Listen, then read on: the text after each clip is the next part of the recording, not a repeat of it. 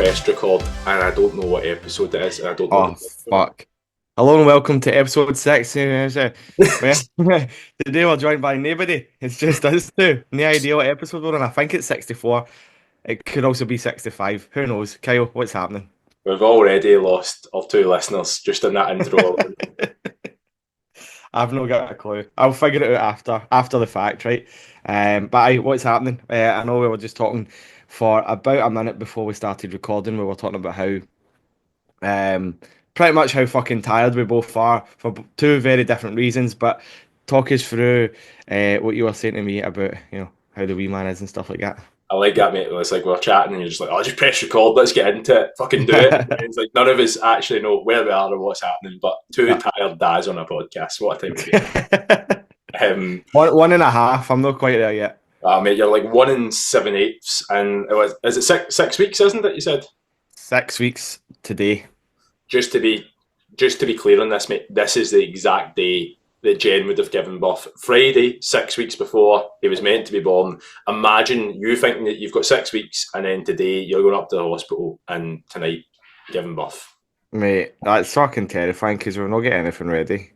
Oh, mate, you wonder why I had a mental breakdown in August? Mate, it's funny that you said that as well. Because, after my alarm went off this morning, there's my alarm and lie in bed for another maybe 10 minutes or so just to kind of, wake up, enjoy the comfort of the bed.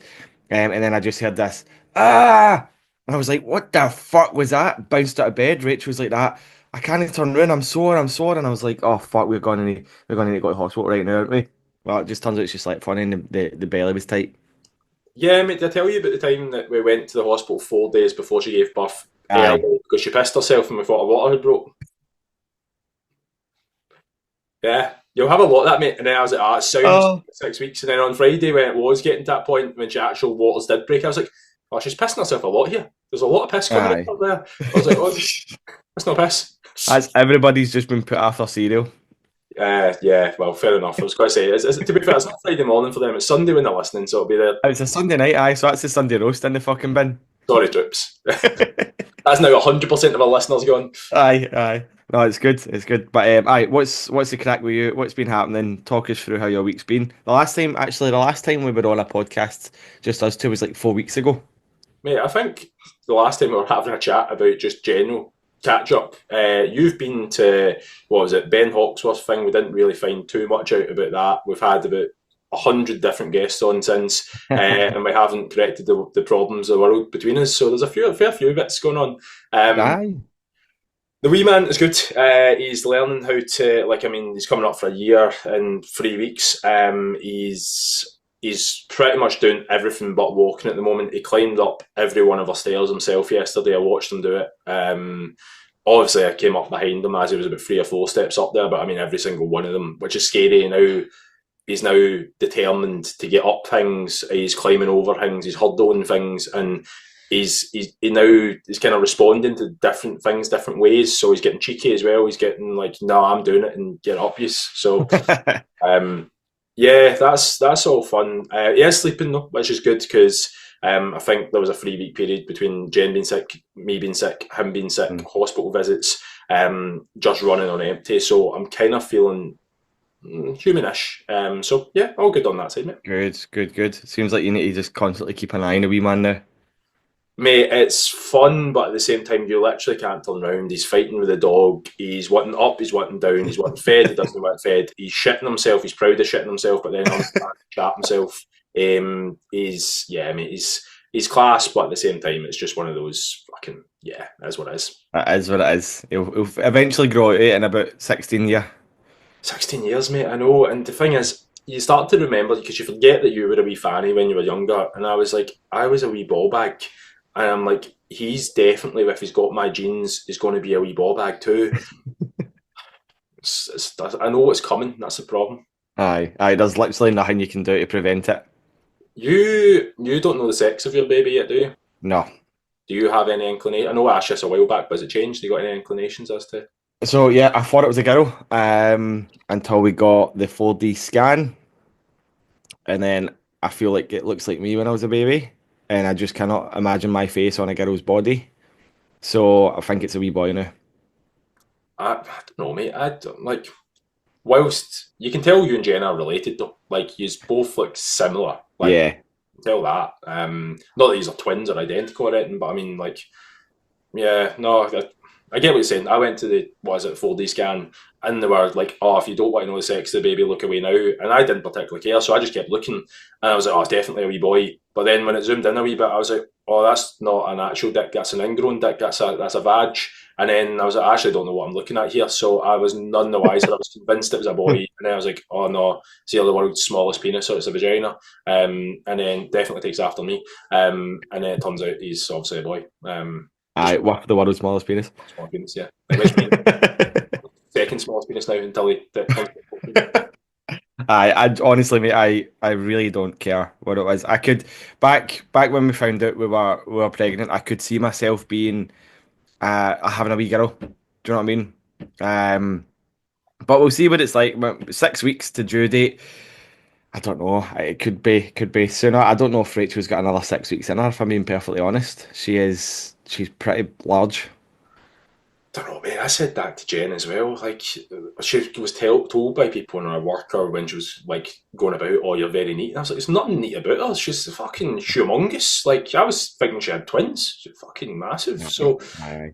do you know the percent, whatever it's called, in terms of how big the baby is? No. Last time we were in at week number 32 for a scan, baby was weighing in about £4 and three, but I know that's not completely accurate. Mm. It was in the normal range or normal category. I don't know if there's a range or a category. But everything was normal, everything was good, everything was healthy. I don't really know any more than that. I think for the way it works, and you could quote me on it, Jen, if she listened to this podcast, which she doesn't, means I can spit whatever I want and say whatever I want, but she would correct me maybe on it. But I think it is like so. I think out of every 100 babies, I think Finn was like bigger than 97 of them. At like the stage he was, hence the reason he fucking made a great escape when he did, because Jen just was turning into a hot air balloon. My God, he was an absolute unit. Mate, it's still like you see the size of his thighs, mate, and he's going into full blown squats. I'm like, you could put a fucking 60 kilo barbell on that wee guy's back and be flying. Still can't walk, but could probably do reps of 10. Start him young, man. Start him young. Get on the creatine, feed them protein. Well, Jen is actually feeding them protein powder. The doctor the other day said to us, she was like, "Oh, what are you feeding him?" Like jokingly, because he's obviously quite big. Like he's got size of traps on him. Like he's got bigger traps than Tom Hardy. And Jen's actually mixing in some like protein powder to his Ready Brick. I'm like, I don't know if that's Oh, meant to be the thing or not. She's not put the creatine in just yet, but like protein. oh, wait till the creatine's in. Oh my God. He's going to be Ah, like Tom Hardy when he was Bane. yep. You imagine me trying to tell him to go to school when he's 6 years old? Him just ragdolling me. Nursery, fuck off, you prick. Mate, it's the only reason I'm training at the moment is because I'm like, I need to stand a fighting chance. Jesus Christ, man. I don't know if I'll be mixing protein powder in my world. What's the rundown on your side of things? Anything outside of just counting down the hours and days to being a dad? Um, had a 12x meetup last weekend, which was mega exciting. We booked out quite a large portion of a country club just outside Edinburgh, and over 100 people came, which was insane. We had we met up at 10 o'clock in the morning. I done all this sober as well, by the way. I was fucked by the time I got home. Met them at 10 o'clock in the morning. Went for a walk around the grounds. Stopped for lunch. Had a yoga session. Had a class session. And for a little break, everybody get changed, met back up for dinner, had a three-course dinner. During the dinner, there was a murder mystery going on where six people dressed up as, different characters, five or six, and they were going round. It was almost like a play in the middle of your dinner, and you had to find out who killed the guy that died, pretty much. And that lasted until after dessert. And then right before dessert as well, we had a woman coming in dressed in a Just Eat outfit. Yes. And she was a wedding singer, so she came in and done a few songs and got everybody bouncing before dessert. So it was good, mate. It was a really good day. But I obviously Mother's Day on Sunday, so I had to get up nice and early, go see my mum for a few hours. And by the time I got back, I fell asleep on the couch. Social battery was dead and gone, mate. It was fucked. So I was supposed to put the TV on the wall, which is meant to have happened for the last 3 weeks. And it's still not up on the wall. I just had to sleep the day away and recharge the batteries. Speaking of telly on the wall quickly as well, Rachel has been saying to me for ages, can we not just get somebody to do it? Can we not just get somebody to do it? I says, no, I'm not paying a fucking person just to put a TV on the wall. I know how to do it. Made an arse and put a big hole in the wall.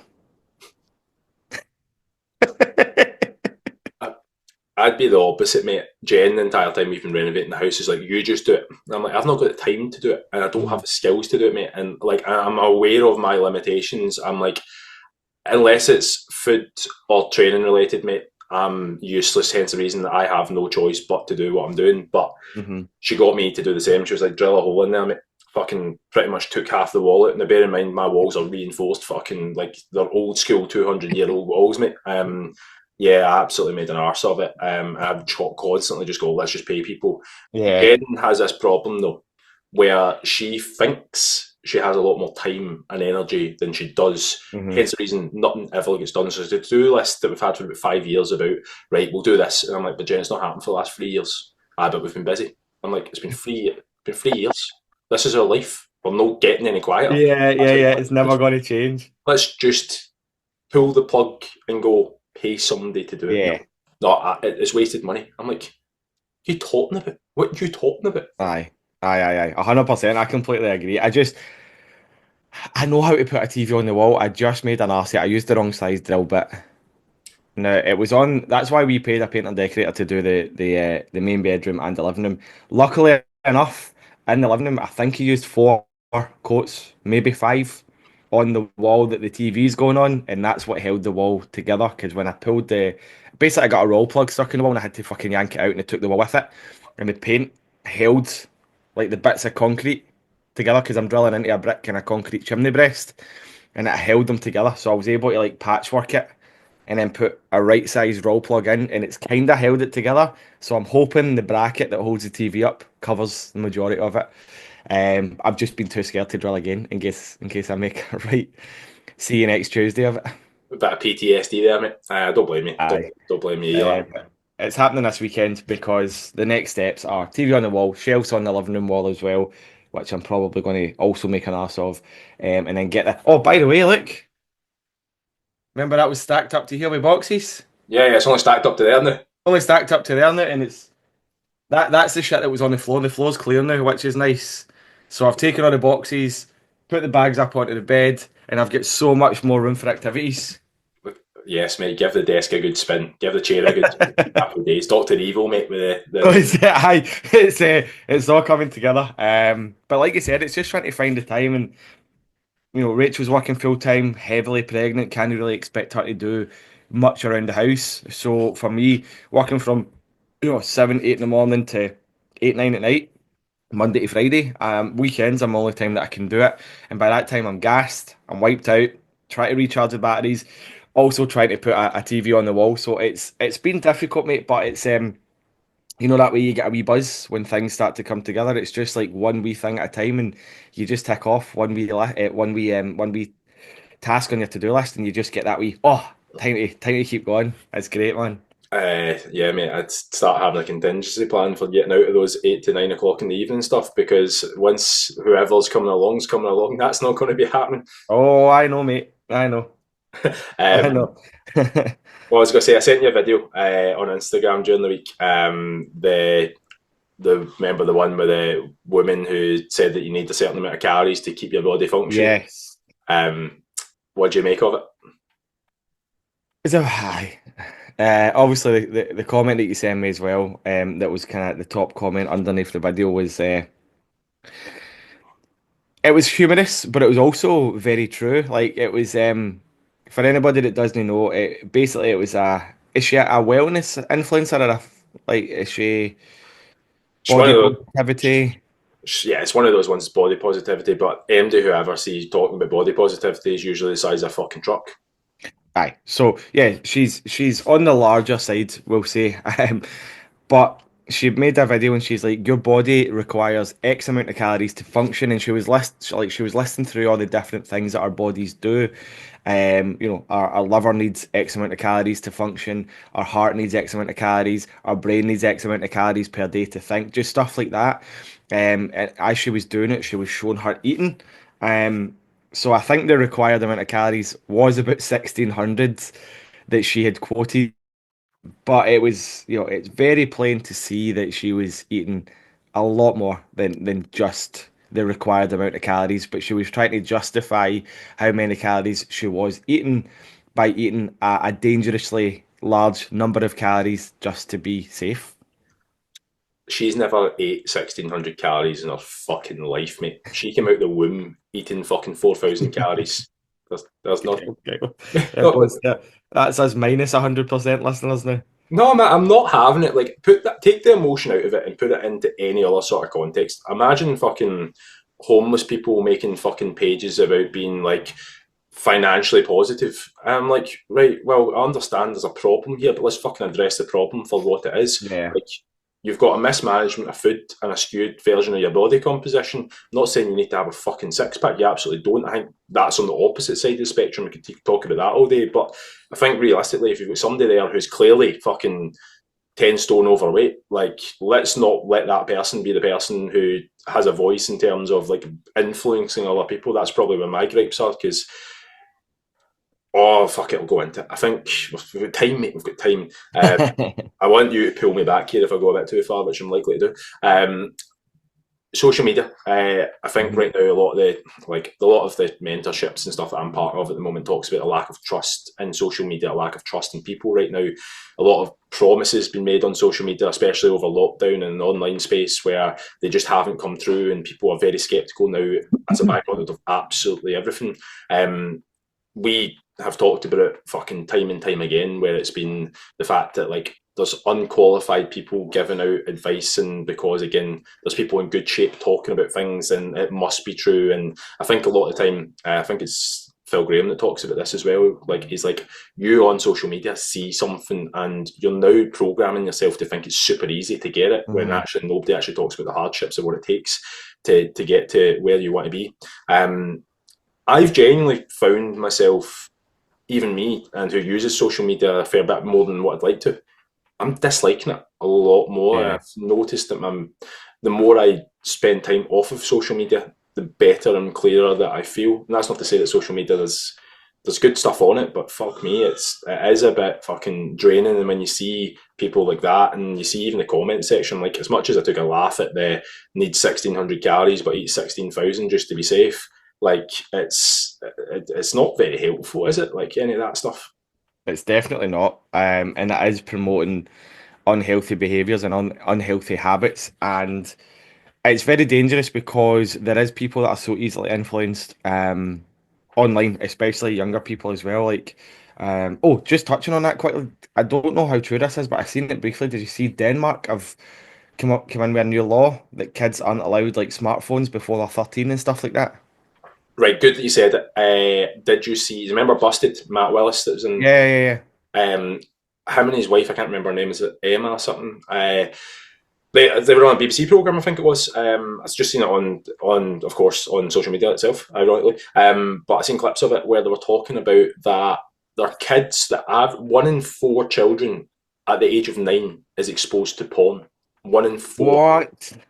And they've done the studies, and apparently, out of those 1 in 4, it's not that they went searching for it; it's popped up on their, like unsolicitedly popped up on Mhm. their screens. I think that is fucking mental.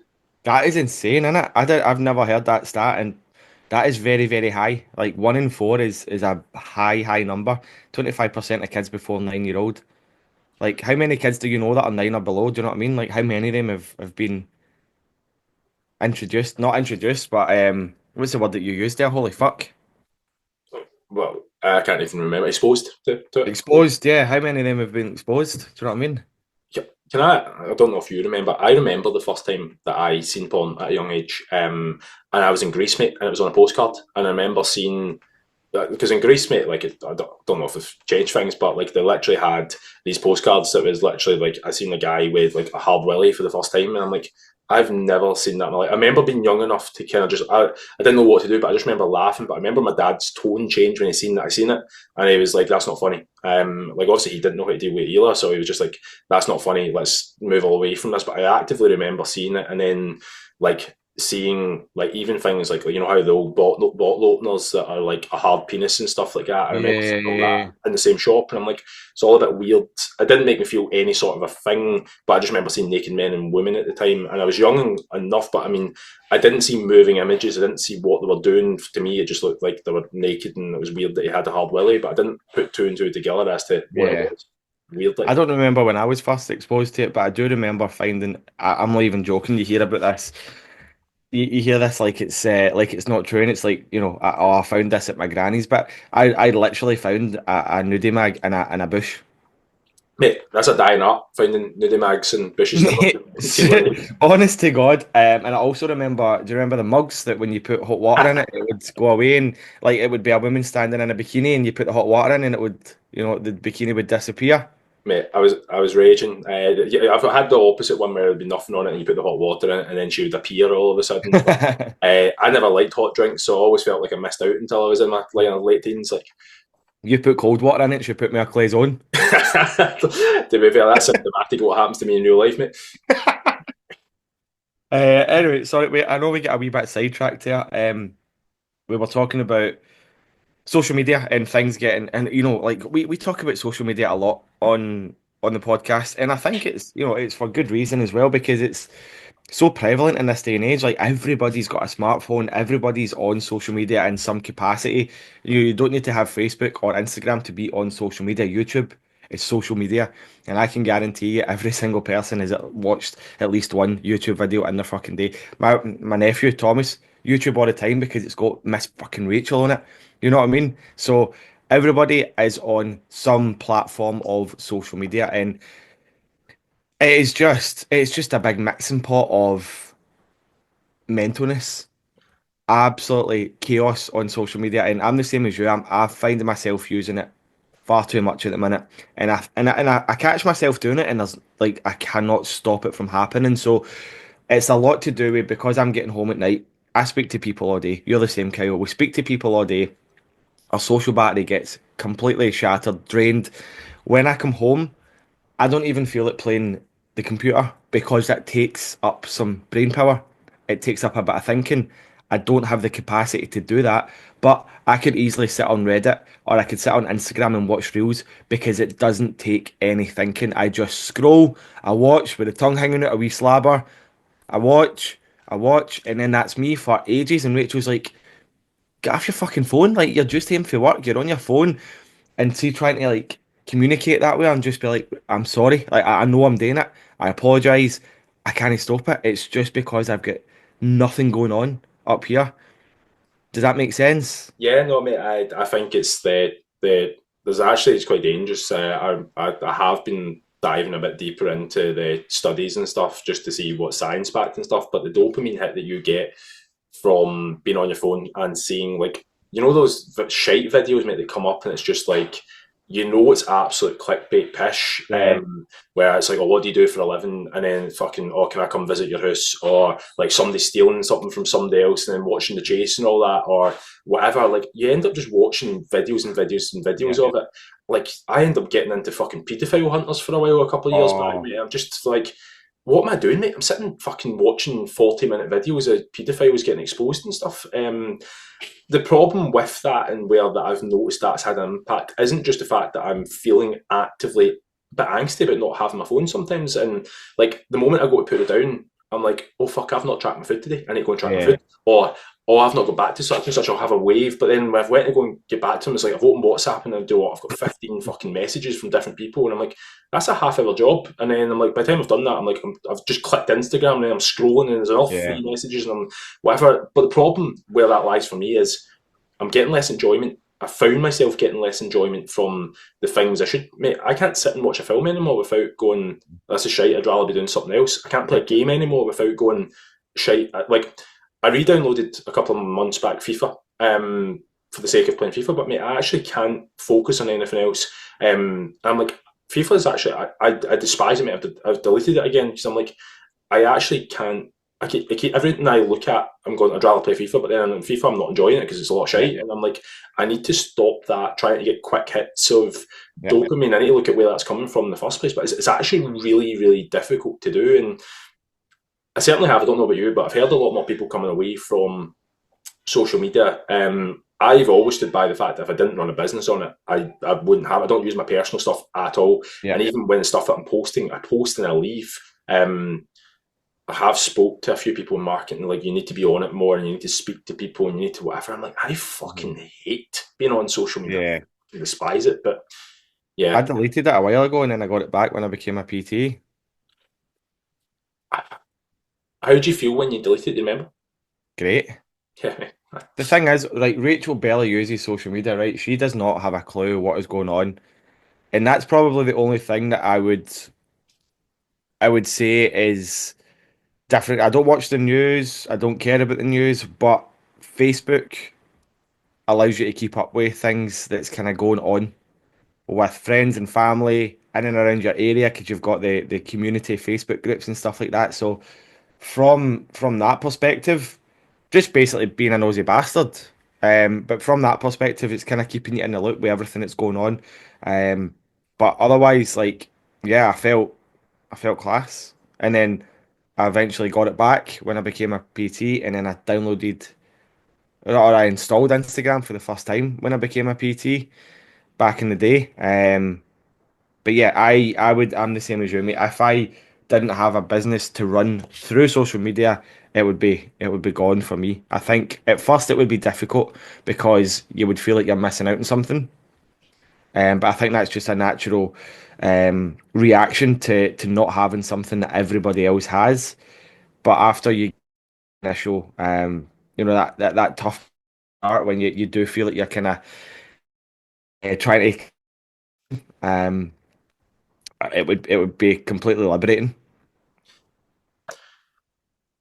Yeah, like I was sitting at the couch with Jen the other night, and I was like, we're both looking at social media, and it's almost like that way. I'm going, we are actively want to spend time with each other. We moan about how we don't spend time with Yeah, each other, but both of us are sitting there, and it's scrolling shite, and both of us need to keep on saying that to each other, going, you're literally scrolling absolute gut yeah, rot shite, and I get that sometimes there are some funny stuff in that, and yeah, you would feel like you're missing out, but at the same time, I'm not. I can't advocate for people fucking shutting down social media when I'm not doing the same myself. That's hypocritical. yeah. But Um, then, see, just having said that, like, what are we missing out on? Watching other people live their life.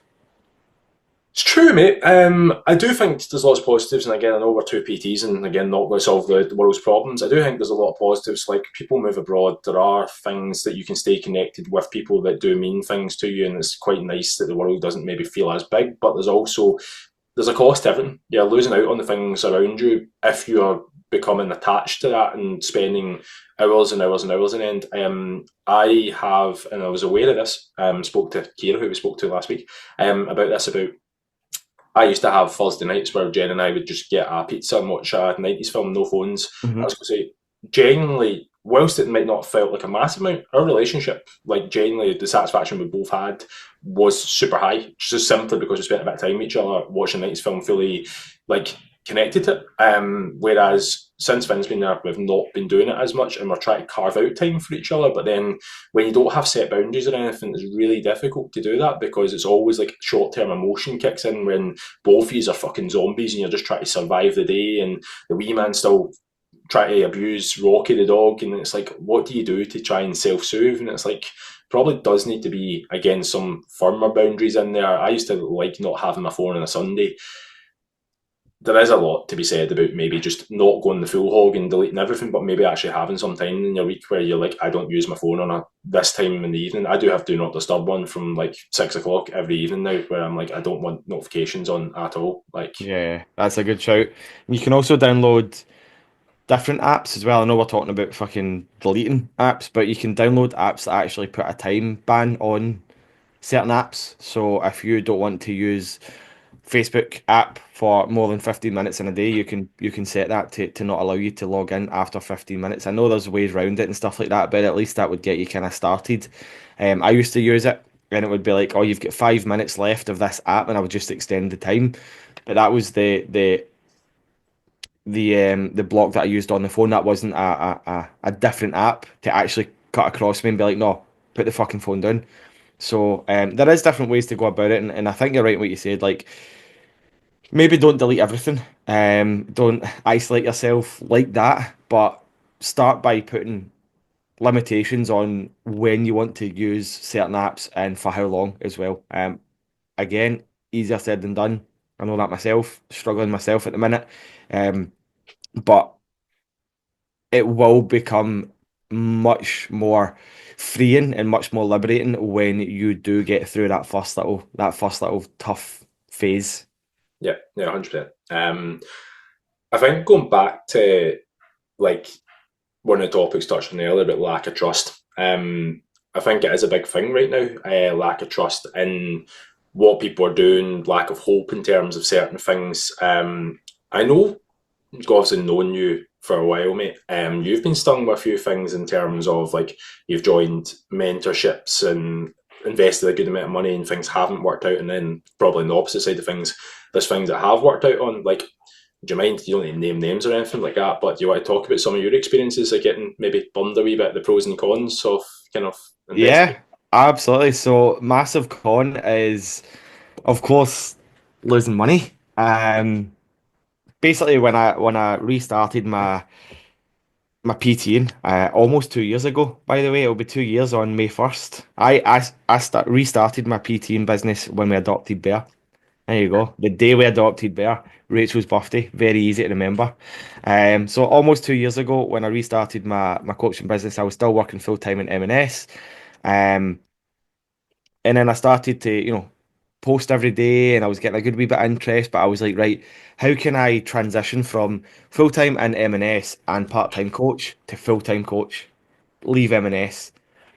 So I'd been looking at some business mentors and stuff to kind of see if they would be able to help me out.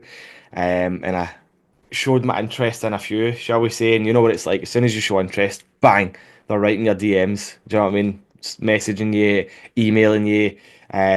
So I was like, do you know what? I quite like the sound of this. He's promised me if I don't make my money back within 6 months, I get a full refund. So hopped on a call, get hit with a proper car salesman pitch. Used every penny I had in my savings at that time. It was a hard sell to H, a very hard sell to H. I was like, look, it's going to be good for business. I know it's a lot of money just now, but I'll make it back, blah, blah, blah. The only caveat was I had to follow what they were telling me to do word for word, I, which, sorry, on you go. I was going to say, I can already see where that's going. Yes. So the way it was structured into two 90-day plans.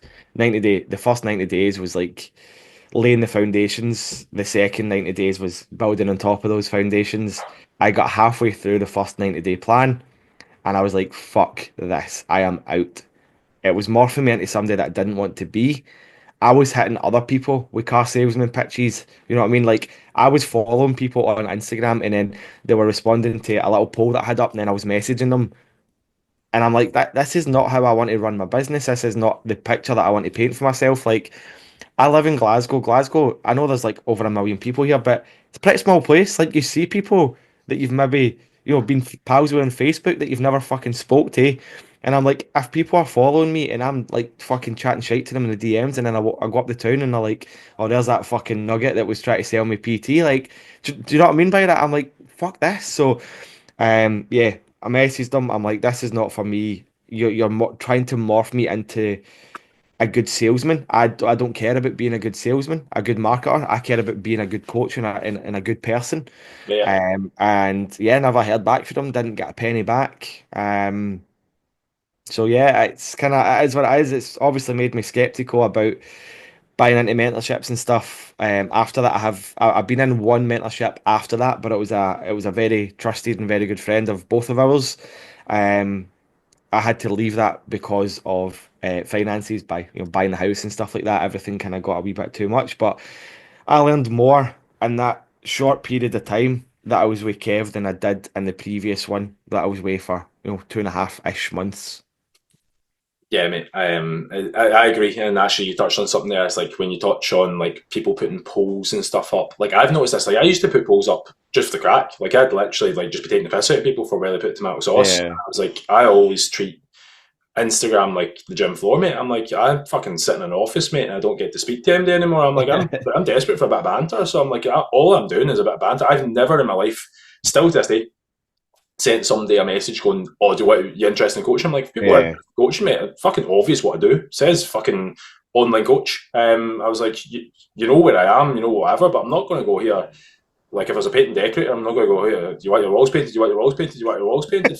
No, not a painting decorator, by the way. But I'm a bit like that myself, mate. It actually makes me, because I have seen some mentorships that make you do that, and like talking about Yeah. sending like 100 messages a day, and a bit similar to you, mate. Like I'm from a place where the population of the place wouldn't fill Hampden. I'm like, well, sure. Like how many people am I speaking to if I do 100 messages a day within the year? I'd have spoke to everybody, which some would argue is a good thing, but then I'd also be that guy where I'm like, you're talking what 1% of them might be on my Aye. coaching. And it's always I found in those type of mentorships, you'd always have people complaining, going, "Oh, I took somebody on board, now they want to leave. They're getting cold feet." And I'm like, "Well, they want to leave because you fucking forced them onto a call and Aye.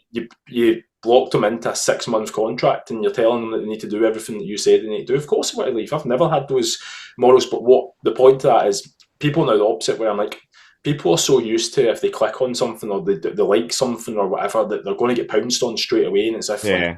jump on a call, speak to me about coaching, whatever. And I'm like, I've noticed that even my own stuff. Like I'll respond to somebody, mate, and I'll get ghosted a lot more than what it was. I'm like, I kind of what I say. I mean, I'm not interested in fucking you coaching. I'm just genuinely want to take the piss out of you for Aye. trying to think that you can fucking eat soup rather than drink it, or whatever. But what was I going to say? Yeah, I mean, I had a kind of my first mentorship that I was part of. Whilst it kind of served a purpose, I was naive in the sense that Mhm. I there was a payment to it, but then the guy, I don't want to say took advantage of me, but genuinely was a point where it was like, as I started to do well, he was asking, "How are you getting on?" Whatever, and I was like, "Oh yeah, sure, good," whatever. And he was asking revenue numbers and stuff. But as I started to go up revenue numbers, he started going, "Right, I'm doubling the price. We're halving the calls." And it got to the point where I'm like, "This is 3 times more expensive than anything I'm paying for." Yeah. I was going to say the values, like I don't. I said it to him. I was like, mate, like Sky Sports. I don't fucking Sky Sports don't message me on a monthly basis going, "What's your revenue?" Like we're upping your like Yeah. your price for whatever. I'm like, I just think it's quite unreasonable. So there's a wee bit of a bonding in that as well. But I've been part of coaches, mate. Before I hated online coaching.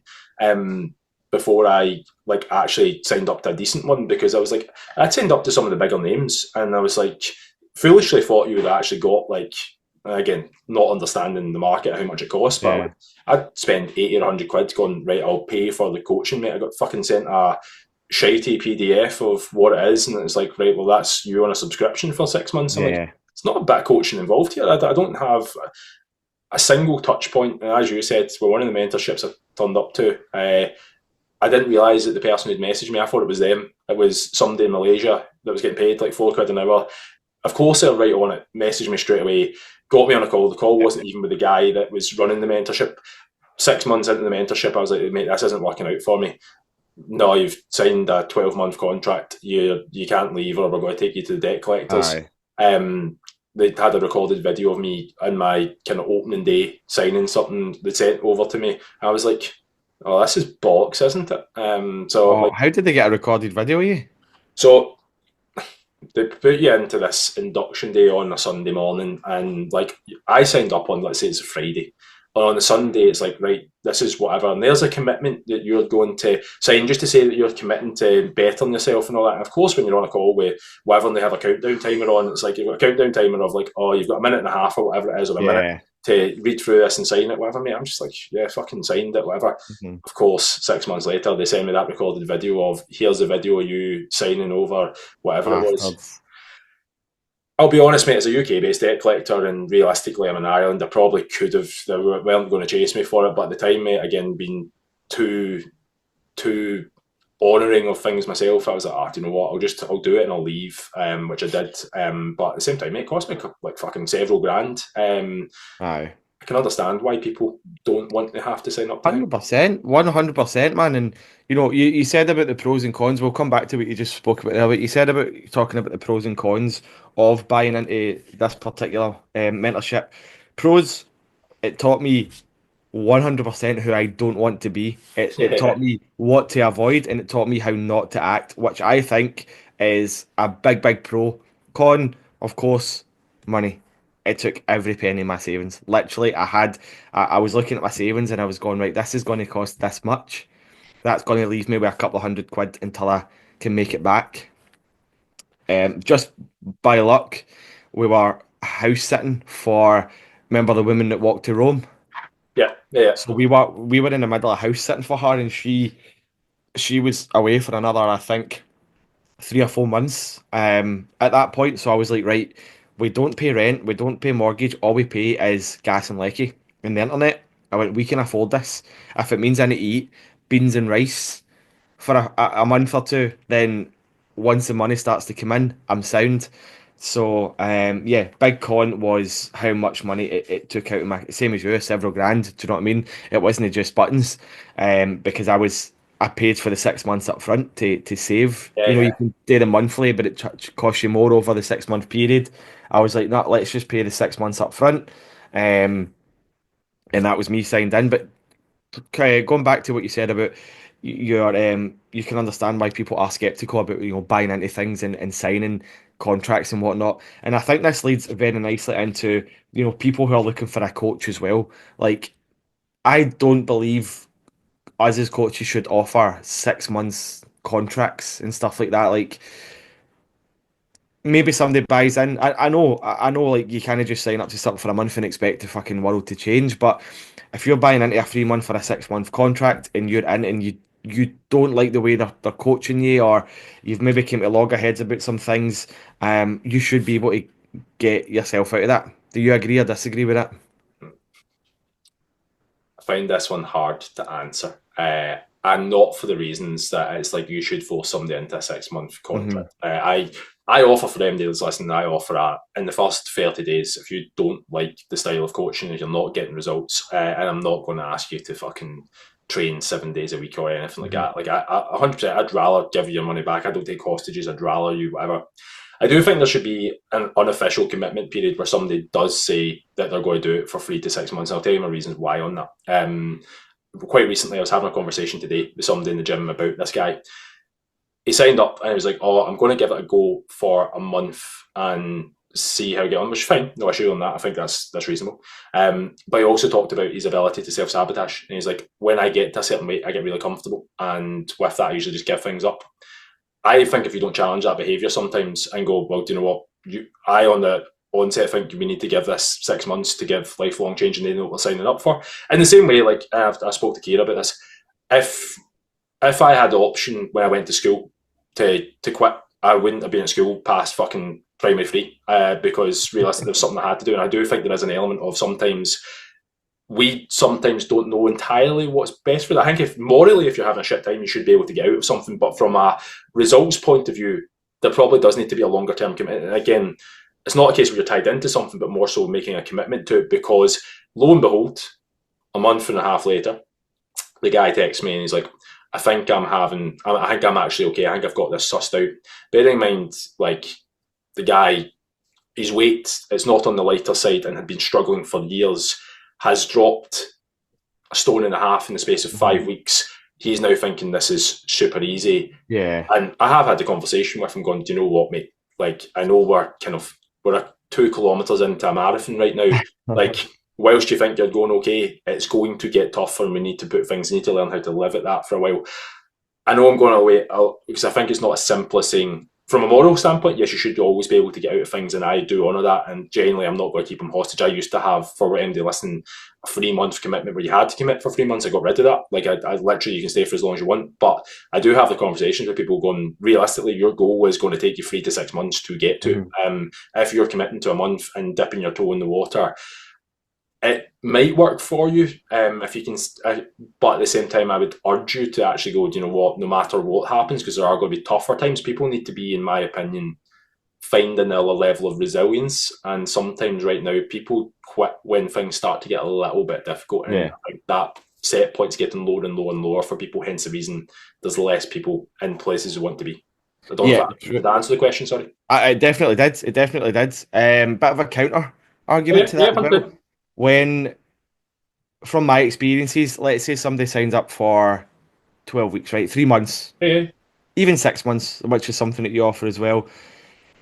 When, when they get past the kind of halfway stage, they start to count down the weeks that's left, which for me, the excitement starts to go, the motivation starts to dip, the discipline starts to dip, and they start to go, "Ok, I've only got 3 weeks left on my 12-week program," and they see an end point rather than it being a continual thing that continually changing the habits to build up that we want to have for long lasting results rather than it just being a 12-week program. Now, that's not me saying that 12-week programs are shite, because let's say you've got a wedding in 12 weeks and you need to hit it hard, bang, go for it. But if you're looking to completely transform your life and change your habits, then having that just this could be happening unconsciously as well, because they've set that 12-week mark. They start counting down the weeks. Does that make sense? Yeah, mate, I'll give you my two experiences on that. I was very guilty when I first started due to different mentorships selling 12-week programs. Yeah, In terms of, yeah, yes, 12 weeks, you're right, people do count down. In more recent years, I have very much changed that to, yes, you can sign up for, there's different ways you pay for it. But with every call that I have, and I'll give them the facts on this, our average client stays for 14 months. I say there's no obligation for you to stay for 14 months. I have people that stay for 3 months, and I have people that stay for 3 years. It's completely up to you what you want to do. We have different package lengths based on, again, client lifetime value. You can sign up and you can do it monthly, and this is how much it costs per month. You can do it for 3 months and you can do it for 6 months. There's the package. However, this isn't a monthly, 3 month, and 6 month program. This is essentially you're just signing up to get you on board in the first place. You can stay for as long as you see value in it. We continue going after your 3 months, providing, and again, I'll roadmap things out so they're clear on what's expected at each time. Realistically, if I think this sometimes is a coach's issue, and it has been my issue in the past, maybe not actually explaining to them what happens, in the sense that, mhm, like, if you're only telling them at the end of 12 weeks, you're going to drop from 100 to 90 kilos class, but like, if they have no idea what's expected after that, I from the very start go, do you know what? After 12 weeks, I have a conversation, or towards the 12 weeks, I have a conversation about where you are and what we're feeling. But realistically, where most people go wrong is they essentially rebound because they're in a really lean position. They feel they're comfortable, but they then forget everything that's got them there in the first place and don't learn to live at that. You can get more away with more calories. We can push that up. That's going to take another 2 to 3 months. We'll need to mhm. identify some movements for long term gym progression. That's probably going to look at 6 months. You're welcome to sign up monthly, 3 months, but realistically, in the long run, it probably is going to take 6 months to a year to get you to the position. And that's, I think, the fitness industry, the good coaches at the moment are coming away from selling like Mhm. 12 weeks. I know I'm going very deep on this, but I don't necessarily, and I've always said this, I don't actually have an issue with 12 weeks. I know they got a hard time and still get a hard time from certain coaches. I don't have an issue with 12-week fat loss programs as long as people know what they're getting signed up for. Yeah, Because yeah, yeah. if you've got a wedding in 12 weeks and you've left it a bit late, or you've got a wedding in 8 weeks and you know what, there's an 8 week rapid fat loss program, do you know what? Fucking hell mend you, go for it. Like, as long as you understand that, do you know what, there is going to be an impact on your calories, there's going to be an impact on your training, there's going to be an impact on how you feel, and you're probably not going to learn a massive way along the way. As long as it's been sold as that and you Yeah. understand that, fine. My issue is people, Trans selling, like transform your life in 12 weeks. Like yeah, completely change your life in 12 weeks, stuff like that. it's like the old supplements. Like, I used to work in supplements, as you know, but it's like the old supplements that you used to get away with saying extreme fat burning supplement or like Yeah. melt fat or whatever, and there'd be fucking nothing in it, and they can't make those claims anymore. But again, like anything, it'd been abused for years, where you could put anything on a supplement and it sounded super sexy, like fucking drop free dress sizes, or Yeah. essentially replace the gym. And like, it breeds the mentality of people coming in and going, like, I remember I used to work in Powerhouse back in the day, and you'd get people who walked in and went, I don't want to change. I literally, I've had this. I don't want to change my nutrition. I don't want to go to the gym. What can I take to lose weight? Fucking hell, man. Jack 3D. Now, in fairness, there, I'm following this up with there are supplements you can take that will do that for you. But like anything, there's no such thing as a free dinner. What that will do to your heart and what that will do to your body, I don't know if that's worth taking. 100%. I would rather have a few extra pounds a body fat on my frame than put my heart and my my internal health at risk. Agreed. Again, there probably is a moral thing here as well. Like I know we spoke to Jamie about like again the fat loss wonder drugs that are out there at the moment, and he actually thinks they're not the worst thing for certain people, and I agree to a large extent. I know we've spoke to like we've talked about like weight loss surgery. We've had that on podcasts before and stuff. Again, I think for certain people that might be the answer, but in my opinion, like the best thing that most people can do is learn how to actually like do things themselves. And yes, we'll get to points where do you know what, maybe like again, surgery or taking drugs is the thing for you. But I also think that needs to come on the back end of actually exhausting like the other options that are available to you. 100%. Otherwise, really looking at the cost of what that is. Aye, 100%. And bringing it full circle to the body positivity thing that we were speaking about before. Just start to love yourself a wee bit more as well. Stop comparing yourself to people on social media that get paid to look good, they get paid to exercise every day, they get paid to not have a fucking ounce of body fat on them, that take performance enhancing drugs to look a certain way, that are fucking juiced up to the eyeballs to look a certain way. We are not them, like, and they're not us. We are just fucking normal people trying to go about our everyday life, trying to be a wee bit healthier, trying to move a wee bit more, trying to be a wee bit happier. And that is something that we need to remember. We are comparing ourselves to athletes, to fitness models. Excuse me. It is literally their job to look and move certain ways. We work desk jobs. We sit a lot. We just want to move a bit more than we already do. We want to feel a bit better than we already feel. We keep fucking shooting for the stars when aiming for the moon's enough. You know what I mean? 100%, mate. There's two thought processes I have in this. I think some of the people in the best shape and who look the best have more insecurities than anybody else. 100% agreed. I used to, in particular, I coached a girl who was literally, I mean, like, you're talking like a model. She resembled, like, the way her body looked, the way her face looked. I mean, she could have been a Bond girl, mate. But genuinely, the way that she spoke to herself, this was in person PT at the time, the way that she thought about herself, the way that she treated herself when like she had something that wasn't like she had a beer. I mean, she fucking like I'm talking a week later, she'd have two Coronas and she'd be like feel like all hell had broke loose. And that's not an isolated incident. I found that I'm not saying there's an exact correlation to that, but I mean I find sometimes the people who are in the best shape and look the best are they're controlled by the fact they're so scared to let go of some of the things that are keeping them in that position in the first place, and they have more insecurities than anybody. The second part to that I've actually completely forgotten. Baby brain. Well, yeah, it's no, I think that as well. I think sometimes we're guilty of comparing. That's just when you said baby brain. Thanks for that. You compare yourself to other versions of yourself, mate. I'm not going to lie. Yeah. I put it up on Instagram today. I've constantly got my head, same as you, mate, that I'm never working hard enough. And I have been pushing a lot over the last 3 months. Like, I mean, a lot. I've probably worked harder in the last 3 months than I have. I'm not saying more. I'm not doing 72-hour weeks, but in terms of the intensity that I've been working at and what I've been doing, it's been intense. I'm getting to the point where I'm feeling my body is breaking. Yeah. Like, I'm going to the gym and warm-up sets are feeling like 1 rep maxes. I'm waking up and feeling tired. My mental capacity, I done a few things. I was turning up my stories on camera and stuff. I literally, as much as I've tried to fight it off, I had people messaging me going, you look tired. And I'm like, I fucking feel tired. Like, I'm trying to fight it, but every part of me's going, you can't fight this anymore. But in my head, I'm comparing myself to versions of me in the past where I'm like, whilst I may be working harder and everything's going well this way, I'm looking at parts of me going, do you know what, Kyle, you're a wee bit heavier than what you were beforehand. Like, your face is looking a wee bit puffier. You need to whatever. But back then, I was doing like fucking 15,000 steps, and I was Yeah. charging about a gym, and I was moving constantly. I'm like, I'm sitting at a desk, fucking 10 hours a day.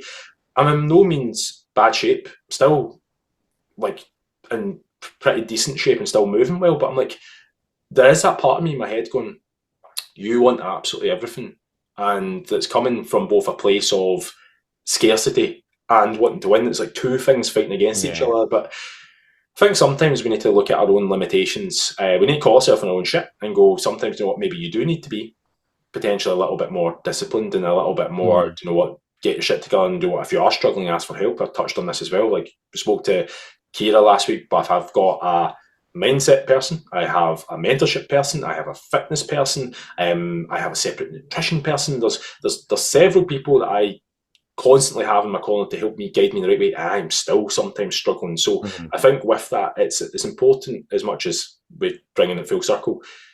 Investing in yourself can be scary, but it's also potentially one of the most rewarding things that you can do.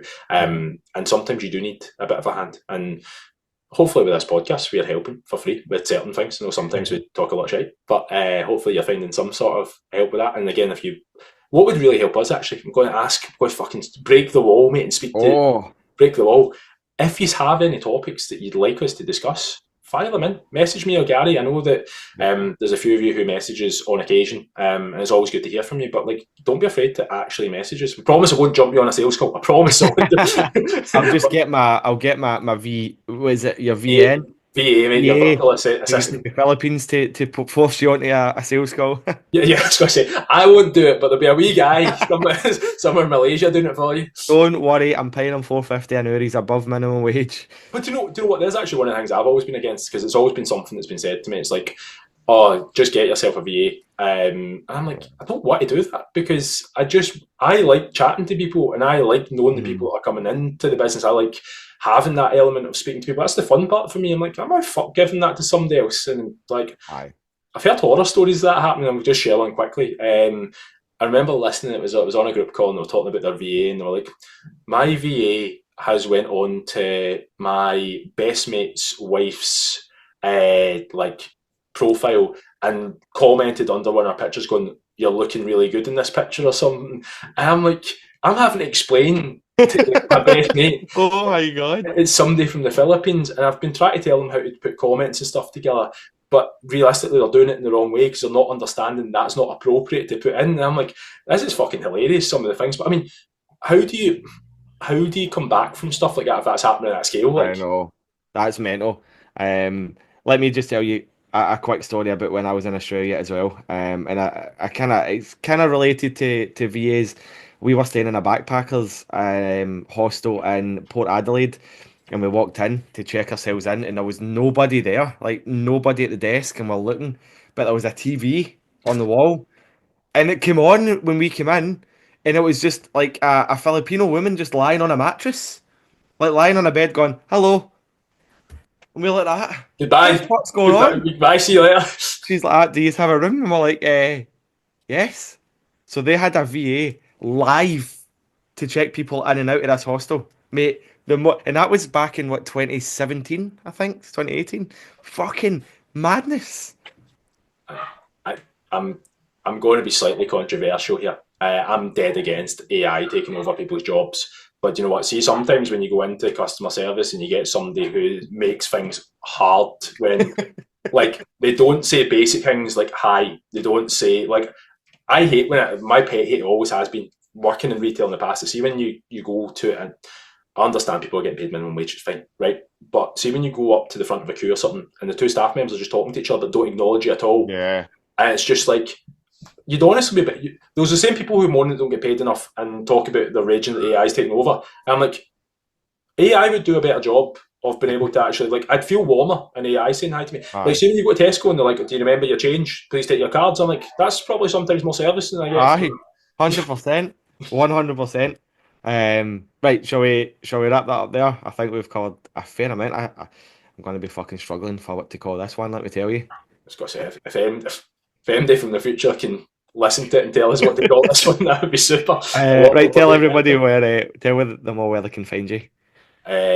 Well, it was meant to be Kyle underscore biofitness as of today, but I went on earlier to try and claim the name and it's telling me it's still not available. So I'm panicked one or two things have happened. Either it's not actually yet released and should be later on today, or somebody else has actually claimed it and I've snookered myself, be raging. I'm going to be messaging the Kyle underscore biofitness going, what are you doing? I might need to look him up and see if it's happened.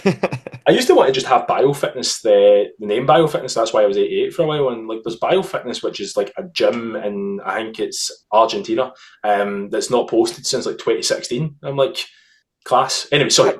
Where can people find you?